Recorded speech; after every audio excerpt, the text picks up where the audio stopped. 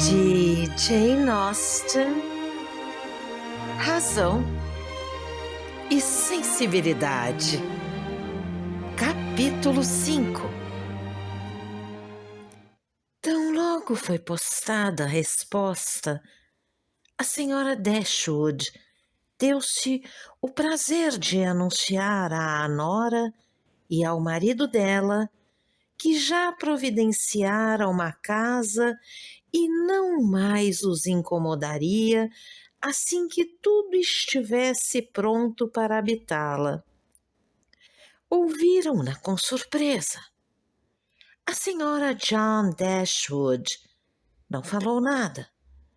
No entanto, o marido, educadamente, lhe disse esperar que não se mudariam para longe de Norland.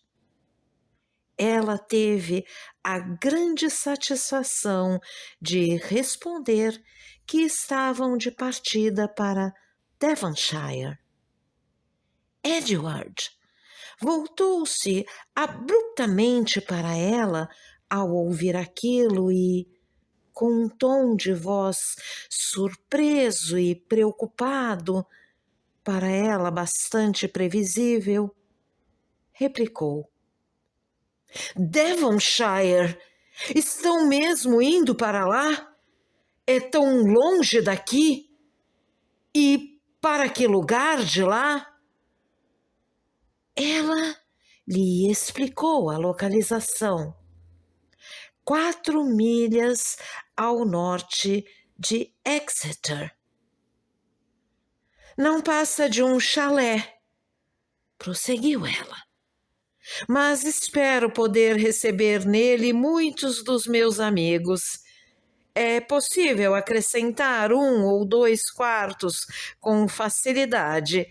E se os meus amigos não tiverem problemas para viajar até tão longe para me ver, eu certamente também não terei nenhum em acomodá-los. Concluiu ela, com um gentilíssimo convite ao senhor e à senhora John Dashwood para uma visita a Barton, e Edward convidou-o com afeto ainda maior. Embora a última conversa com a nora a tivesse feito decidir-se a não permanecer em Norland por mais tempo do que o inevitável, ela não provocara na senhora Dashwood o mínimo efeito no que diz respeito ao ponto que fora especialmente visado. Separar Edward de Elinor estava tão longe de ser o seu objetivo quanto sempre estivera, e ela quis mostrar à senhora John Dashwood, com o enfático convite ao irmão, como desdenhara completamente a sua desaprovação pelo relacionamento entre os dois. O Sr. John Dashwood disse e redisse à mãe como lamentava infinitamente o fato de ter alugado uma casa a tal distância de Norland que lhe impedia qualquer ajuda no transporte das mobílias. Sentiu-se, então, escrupulosamente contrariado, pois a própria aplicação a que limitara o cumprimento da promessa feita ao pai se via impossibilitada por aquele acordo.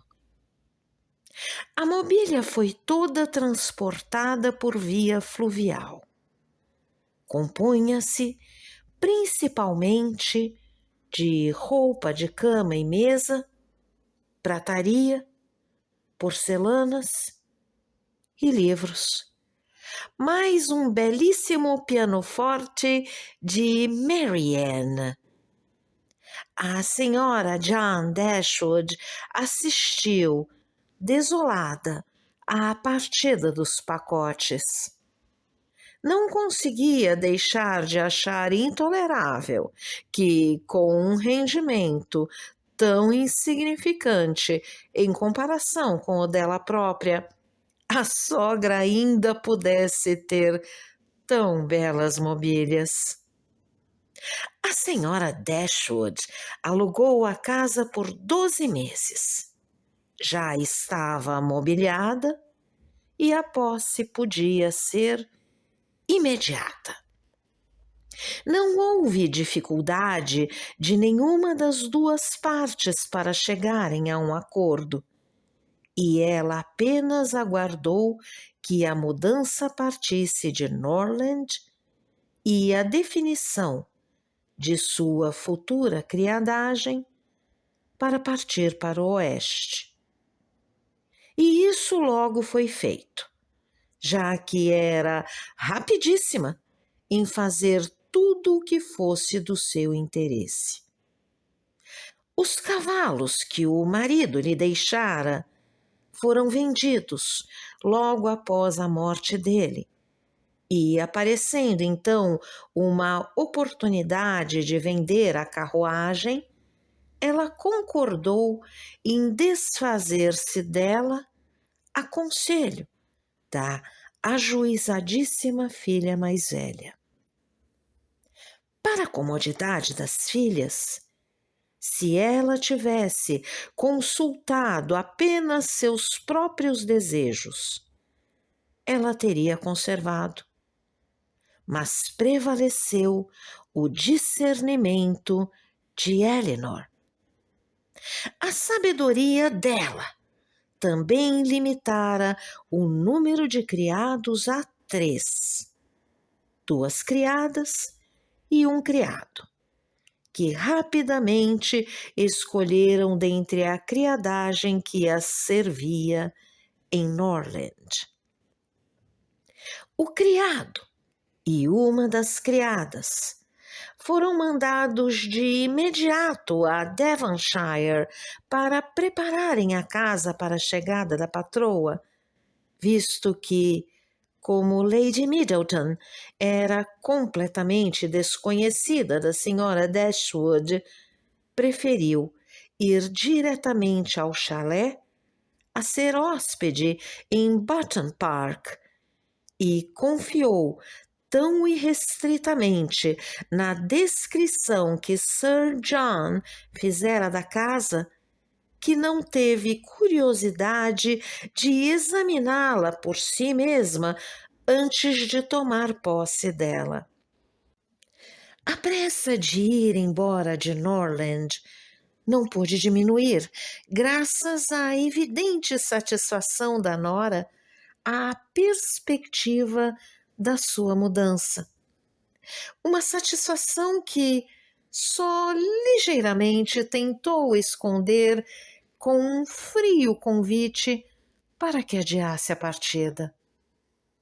Aquela era a hora em que a promessa do filho adotivo ao pai podia ser cumprida com maior propriedade.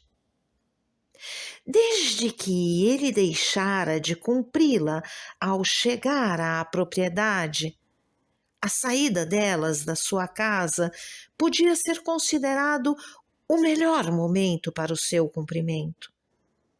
Entretanto, a senhora Dashwood logo abandonou qualquer esperança com relação a isso e se convenceu, pelo tom geral das palavras dele, que seu auxílio não iria além de mantê-las por 6 meses em Norland.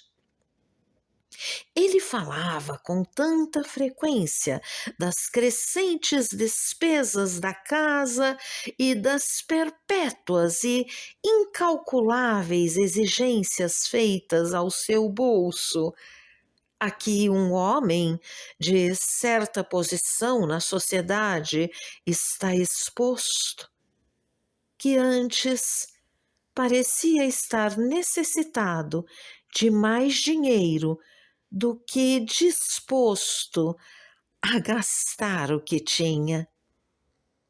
Pouquíssimas semanas depois da chegada da primeira carta de Sir John Middleton a Norland, tudo estava tão arrumado em sua futura residência que a senhora Dashwood e as filhas puderam dar início à viagem. Muitas foram as lágrimas derramadas por elas nas últimas despedidas a um lugar tão querido. Querida Norland, disse Mary Ann, enquanto caminhava sozinha diante da casa na última noite de sua permanência lá. Quando deixarei de ter saudades de você? Quando aprenderei a ter um lar em outro lugar? Ah, casa feliz, se pudesse saber como eu sofro ao ver você agora deste lugar de onde talvez nunca mais possa vê-la.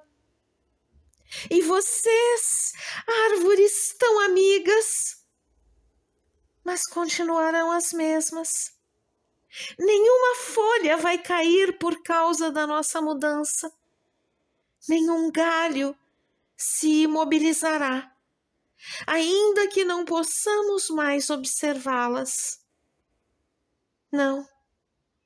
Continuarão as mesmas, inconscientes do prazer ou do sofrimento que provocam e insensíveis a qualquer mudança naqueles que caminham sob a sua sombra. Mas quem vai ficar para apreciá-las? Se você gostou desse áudio, deixe seu like, compartilhe, deixe também seu comentário e se inscreva no canal, ativando o sininho para ser avisado dos próximos vídeos. Um grande abraço e até a próxima!